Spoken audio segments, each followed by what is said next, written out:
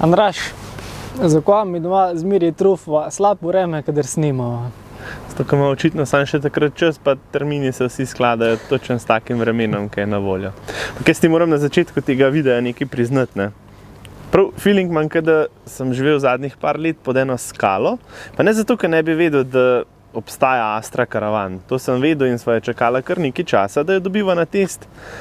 Pak iskreno pa nisem vedel, da obstaja točno taka varianta Astre karavan.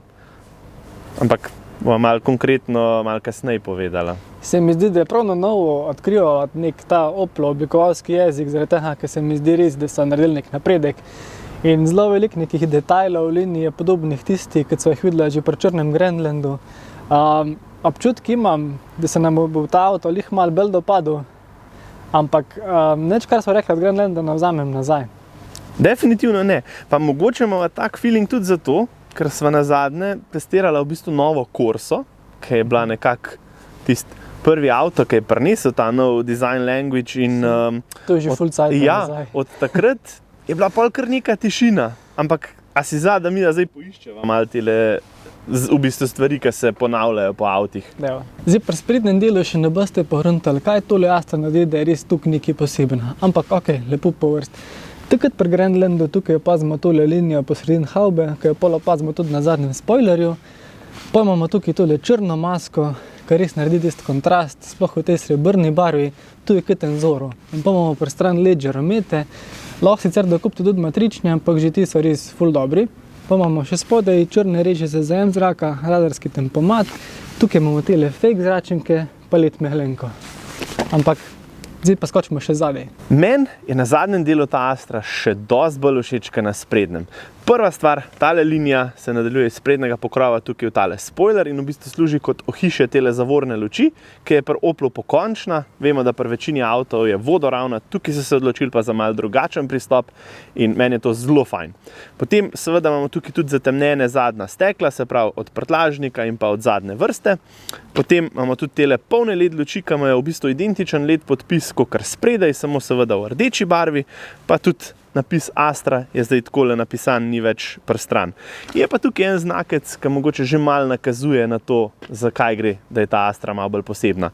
Spodaj imamo seveda še črn difuzor in pa tudi luč za vzvratno vožnjo, pa meglenka se skriva tukaj spodaj in v bistvu s takim temnim ohišjem praktično kar zbledi v tem difuzorju. Prtljažni prostor je v bistvu tudi največji od tele Astre karavan, ima 516 litrov, ima 12 voltni priključek, pa ima tukaj za vrečke odložiti. Še spodaj ima take predale, ko lahko skriješ kakšne malenkosti, pa še dva stranska mrežna prostora. Tudi pri stranskem profilu se delujejo tele barvni kontrasti, kot so jih videli spredaj, se pravi črna piano plastika na ogledalih, strešne sani pa stebrički, pa všeč se mi tale 18-palčna platišče, ki ima tak malo bolj aerodizajn, pa še tile linije, kot so jih videla pri Grandlandu, tukaj ima bolj zaobljeno, pa še tale ostra spodna linija. Primož je pozabil še tega šarkija na strehi, ampak jaz se moram v bistvu tle oglasiti samo zato, da povem, da tale barvna kombinacija oziroma celotna specifikacija avta je res tudi meni pisana na kožo, ker obožujem srebrne karavane in tale kombinacija res zažiga. Tudi v sprednjem delu kabine moram pohvaliti notranjost, predvsem zaradi barvnih kombinacij. Prevladuje ogromno sivih odtenkov in se zelo lepo povezujejo tudi z zunanjostjo. Zdaj pa, če se osredotočimo tukaj na voznikov del, tle imamo tale Oplov volan, ki ima tudi tukaj na sredini tole linijo, ki se nadaljuje iz pokrova motorja. Spodaj je tudi prirezan, je pa malenkost večji kakor v Grandlandu. Tukaj imamo potem tudi v piano plastiki razne tipke za upravljanje, se pravi na tej strani za radarski tempomat, na tej strani za infotainment. In ko smo zdaj pri infotainmentu, tale del tukaj je sestavljen iz dveh posameznih zaslonov, ampak je pa s to črno obrobo vse skupaj povezano v eno celoto in zelo lepo deluje. Praktično, ko je avto ugasnen, bi kdo mislil, da je tudi vse narejeno iz enega zaslona. Ful mi je všeč tudi pri infotainmentu, da so ohranili kar dosti fizičnih tipk, se pravi, tukaj imamo za upravljanje klimatske naprave, tukaj zgoraj pa tudi 3 bližnjice za upravljanje infotainmenta in pa seveda za zimski paket. Če se pomaknemo malo nižji, pod zračnike, Tukaj imamo še en predal, ki je v bistvu precej skrit in verjetno lahko spravite vanga vaš telefon, pa še dva predala z rolojem, tukaj lahko polnite telefon, sta tudi dva USB-C priključka, pa en 12-voltni. Tukaj na sredini cup holderja, pa tudi na sredino po moje se da še kaj spraviti, še eno odlagališče za ključ imamo tukaj in pa naslon za roko se odpre v dveh delih. Še ena stvar, ki jo moram poudariti na armaturki, je to, da isto ni simetrična, ampak je tale voznikov del tukaj drugačen od sovoznikovega. Tukaj najdete precej daljši zračnik, tale tukaj je pa v bistvu integriran kar v ta del črne obrobe zaslonov. Sprednja sedeža sta v bistvu nastavljena na najino velikost, tako da tukaj zadaj je še zmeraj dovolj prostora za vse ostale. Ima dva ISOFIX priključka za otroške sedeže, na sredini imamo dva zračnika, USB-C priključek pa še en tak manjši predal. Pa všeč mi tudi tele materiali, zaradi tega, ker tudi v bistvu stranski predeli oziroma vrata so v bistvu oblazinjena. Zdaj pa čas, da se gremo malo zapeljati in zdaj tisti, ki še niste ugotovili, boste verjetno vedeli, tako da Primož, vžgi.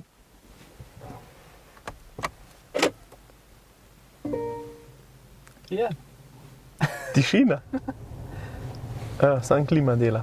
V glavnem, ja, električna Astra karavan. Jaz priznam, jaz res nisem vedel, da to obstaja. Vedel sem, da obstaja električna Astra, ne v karavanski različici. Jaz pa mislim, da tebe to ne zanima. Ja, mene to zanima. Ampak ajde, da se grejo pa malo zapeljati, pa boš malo povedal, za kva se gre. Ok, vsi vemo, da Astra dobite v bencinski, dizelski, pa priključni verziji. Po mojem marsikajšen pa res ne videl, da se dobi tudi električni. In v bistvu je precej zanimivo in tudi nenavadno, ker pač nismo navajeni. Noben od nas ni navajen, da v bistvu Astra je električna. In najboljša stvar pri tej električni Astri je točno to, da pač ne moreš vedeti. Ja. Če vidiš značko, je ok, če bi jo dal stran, ne moreš vedeti. Danes so itak izpuhi zmeri skriti in praktično, mislim, jaz si takih električnih avtov želim, da ni nič drugačen. Ja, da ni neki vesoljski, da ni neki ekstra, da ni neki dizajn, ki ga nismo navajeni. Čeprav vem, tudi na tiste se bomo navadili, ampak se mi zdi, da mi dva so še zmeri tista, ki se nam všeč tile običajne oblike. Ja, in tudi vsi smo v bistvu jamrali, da ti majhni, poceni električni avti so enostavno premajhni. Ja, evo, tle imamo Astro karavan, ki ima karavanski prtljažnik, ki ni nekega kompromisa, da je manj prostora. Pač meni je to vrhunsko. Še zmeraj imaš v bistvu spodnji predal, ni zdaj, da je bila pa spodaj baterija in imaš pol pač vse strano dno. Pač še zmeraj imaš še vedno so majhni skriti predali, zato ker baterija tako nizko leži dola, ne. In zdaj glavna prednost, glavna lastnost te električne Astre, ki naj je oba presenetila, je pa pač itak udobje v vožnji, ne. Pač ta lahkotnost, ta brez nekega truda, zato ker se noben motor ne matra, ves navor je takoj na voljo na pedalki in ja, super. Pa noben smradu od dizla, recimo. To marskomu veliko pomeni. Ja. Na tejle točki je Primož brezskrbno nadaljeval z vožnjo tele Astre, ampak naj je pa tukaj zapustil mikrofon, tako da boste mogli zdajle še malo mene poslušati. Tukaj je razlagal, da se na sprednji osi nahaja elektromotor z močjo 156 konjev, napaja pa ga baterija v velikosti 54 kWh. To pomeni, da v praksi ta avto po VLTP-ju zmore prek 400 km, je pa najna povprečna poraba znašala 18 kWh na 100 km, tako da sva z njim lahko prevozila dobrih 250 km. Če pa bi se še malo bolj potrudila ali pa bi bili pogoji bolj optimalni, pa mislim, da bi šlo tudi do 300. Na hitri polnilnici se v pol ure lahko napolne do 80%, kar pa tudi ni zanemarljiv podatek. Kar se pa tiče same vožnje, tale Astra ni prav preveč dinamična, ampak se pelje zelo udobno, itak je praktična, prostorna in točno to pričakuješ od tazga avta, tako da zdaj pa se vrnemo nazaj k videu. Pa treba je poudariti tudi to, da zdajle je zunaj v bistvu samo par stopinj nad ničlo, kar pomeni, da tudi v tem primeru je pač poraba toliko višja, zato ker pač imava priklopljeno gretje, ventilacijo, normalno ogrevane sedeže. S tem ne šparava? Ne, ker pač se mi zdi, da vseeno so to neke osnove, ki pač jih ni za sklapljati, če ne drugega se vam pa že rosijo stekla noter, tako da pač mi da tega ne delava na nobenem testu. Da se pa s hypermilingom pač res po moje pride tudi bliz tega VLTP-ja, sam pač v idealnih pogojih pa pri nižjih hitrostih od 110 km/h.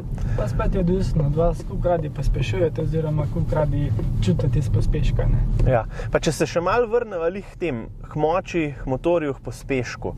Meni je ful všeč, da pri Oplu tukaj niso pretiravali, zato ker jaz ne vidim smisla, sploh ne pri takih oblikah avtov, se pravi družinski karavan ali pa te SUV, pa to, kar imamo zdaj na elektriko. Zakaj je treba tle noter dajati abnormalno moč, ker pol vsi vemo, kako je. Tega pospeška se v parih dneh enostavno naveličaš. Druga stvar, gume se obrabljajo abnormalno, sploh zato, ker so avti pač težji in pa tudi pri teh pospeševanjih, pa pri ovinkih in to.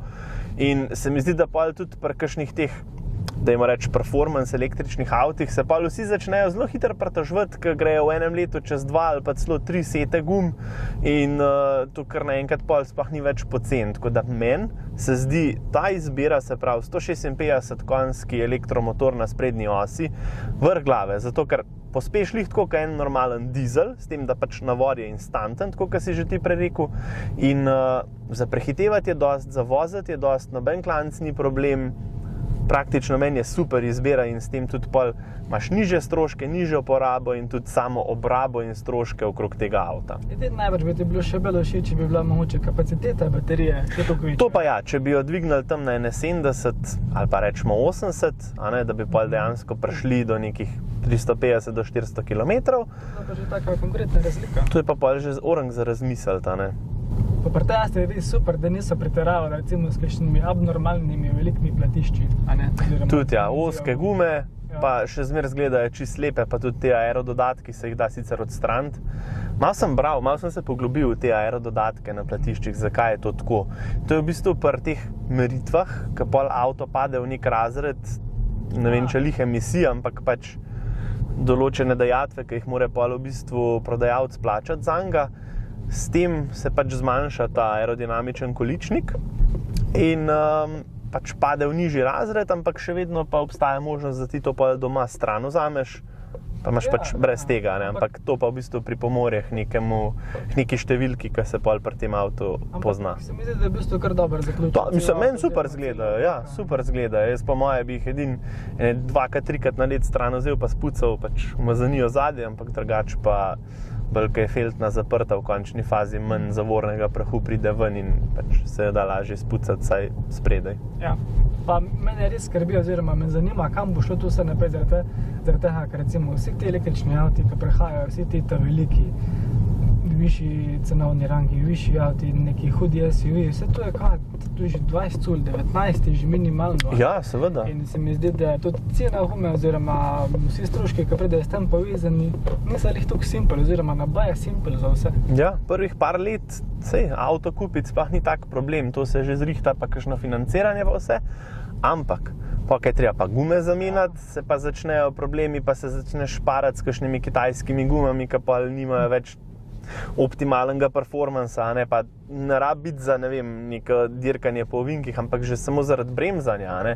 Če pride do neke situacije, ki morate vi pač na nujno zabremzati, vemo, da slabše gume se pač veliko slabše obnašajo v teh primerih, tako da, ja, tudi se mi zdi, da tukaj se malo pozablja na te stroške, ki pridejo pol ob vzdrževanju. Že res, da nimajo taki avti nekih servisnih intervalov, pa dragih v bistvu menjav olja in teh stvari, ampak so pa pol druge stvari. Ja, to ne pomeni, da moraš pa šparati pri gumah. Točno to. Ker guma je ta glavni stik, kaj imaš tisto podlaga in če pač guma ni dobra, pol ti nič drugega ne pomaga. Ja. Zdaj bi se pa jaz s tabo razgovoril še o eni temi, ki sicer ni vezana prav na to električno Astro, ampak nasploh na vse električne avtomobile. Ne? Zdaj, se pravi, z letošnjim letom smo prišli v fazo v Sloveniji obračunavanja omrežnine, se pravi, dražje omrežnine, a ne, se jo plačujemo že cel cajt, ampak zdaj so se stvari malo zakomplicirale. In me zanima malo tvoje mnenje, ne, o tem spodbujanju zelenega prehoda, obenem pa se zraven pojavlja milijone enih stroškov, ki jih prej nismo imeli. Ne. Od tega, da je zdaj polnjenje avta na javnih polnilnicah brutalno drago ratalo, se pravi, jaz sem enkrat malo računal, da praktično ti z enim neprav-varčnim bencinarjem cenej prideš skozi, kakor pa z enim električnim avtom, če ga filaš izključno na javnih polnilnicah. In roko na srce, pač veliko ljudi to more delati, ker pač ali živiš v bloku, ki nima infrastrukture za polnjenje, ali pa pač tudi doma ni vse zrihtan tako, kot bi mogel, da bi lahko pač normalno imel svojo polnilnico. Ne? In druga stvar je zdaj, če si ti vzel cel paket zelenega prehoda, se pravi, imaš hišo na toplotno črpalko, imaš sončne celice, imaš električen avto s polnilnico in zraven še gospodinjstvo, ki normalno in kuha in pere in dela vse. In zdaj si ti dobil omejitev, se pravi uporabne moči, kar pomeni, da na neki točki, če nočeš plačevati, ne vem, 70, 80 ali pa celo več evrov samo za omrežnino mesečno, moraš ti zbirati, kdaj boš prav, kdaj boš kuhal, kdaj boš filal avto in kdaj se boš ogreval. To pa vemo, da v praksi pač ne deluje tako, ker nismo vsi 24 ur na dan doma, oziroma tudi po noč, se mi zdi, ne boš ti v najbolj mrzlih dneh zbiral, a se bo hiša grela na toplotno črpalko, ker vemo, da tudi toplotne črpalke pri nizkih temperaturah, se pravi manjka -5 ali pa celo -10, delajo na polni moči, a ne? In takrat, da ti priklopiš še avto, ja, pa je pa ta v bistvu odjemna moč kar močna, ne? Tako da ne vem, povej mi, kaj si ti misliš kaj o tem. Se mi zdi, da je to kar legalno, duš, kar en cajt se mi zdi, da si rabo, da si lahko dal to ven. Ja. Ampak je res problem, ne? Se mi zdi, da vsi so tukaj promovirali tale zelena mobilnost, avtona elektrika in dejansko ljudje smo šli, oziroma so šli v nakup tega na podlagi tega, ker so rekli, okej, očitno se bo to res splačalo v prihodnje, ampak se mi zdi pa zelo hrda poteza zdaj to, da v bistvu padejo na te še zmeri isti oziroma ali pa še večji stroški, kot so bili prej, ne? Ja. In ni fair. In to tako, če gledamo, ne? Če imaš ti že vsa ta elektrika doma, oziroma da recimo proizvaja sončnimi celicami, zakaj pa vse to? Ne vem, mislim, dejstvo je, a ne, jaz nimam izkušnje s sončno elektrarno, ampak vem, da, poznam par ljudi, ki jo imajo in so imeli recimo potem obračunavanje celo na 3 mesece omrežnine in pač porabe itak ni bilo, a ne, so še višek v bistvu proizvajali v omrežje. Je bila pol položnica na vsake 3 mesece pač res par 10 evrov, ampak zdaj imaš pa ti v bistvu, ne glede na to, da imaš svojo sončno elektrarno, da je bila to kar konkretna investicija, so položnice v bistvu zdaj po, ne vem, 50, 60, 70 evrov. Meni se to ne zdi normalno, da ti daš tak vložek, pa še v bistvu letno 800 evrov plačaš samo za omrežnino. Tako da, ne vem, meni se zdi to en orang korak nazaj. Tako, kot sem rekel, to zdaj nima nobene veze točno s to električno Astro, ampak samo moj pomislek, ker pač, sej, če naj že dlje časa spremljate, veste, da so v bistvu že od samega začetka zagovornika električnih avtov, ne v smislu, da moramo to vsi imeti, ampak v smislu, da če se to splača, v tvojem primeru, se pravi, če izpolnjuješ določene pogoje, da električen avto ima smisel zate, pol je to super, ne? Zato ker pač sej avto za vsak dan je super, če je miren, udoben, tih, je to, a ne? Ampak če pa zraven zdaj pridejo taki stroški in take obveznosti, da to rata v bistvu dražje, kakor pa če bi imel enega dizla ali pa bencinarja, ja, potem smo pa kar enkrat spet na začetku. Pa jaz moram priznati, da v bistvu jaz nisem tukaj na tekočem glede tega, sploh ne glede električnih avtov, ka Andraža še zmeri lih malo bolj to zanima in tudi bolj vključeno, to tudi je v bistvu v takem okolju doma, ne.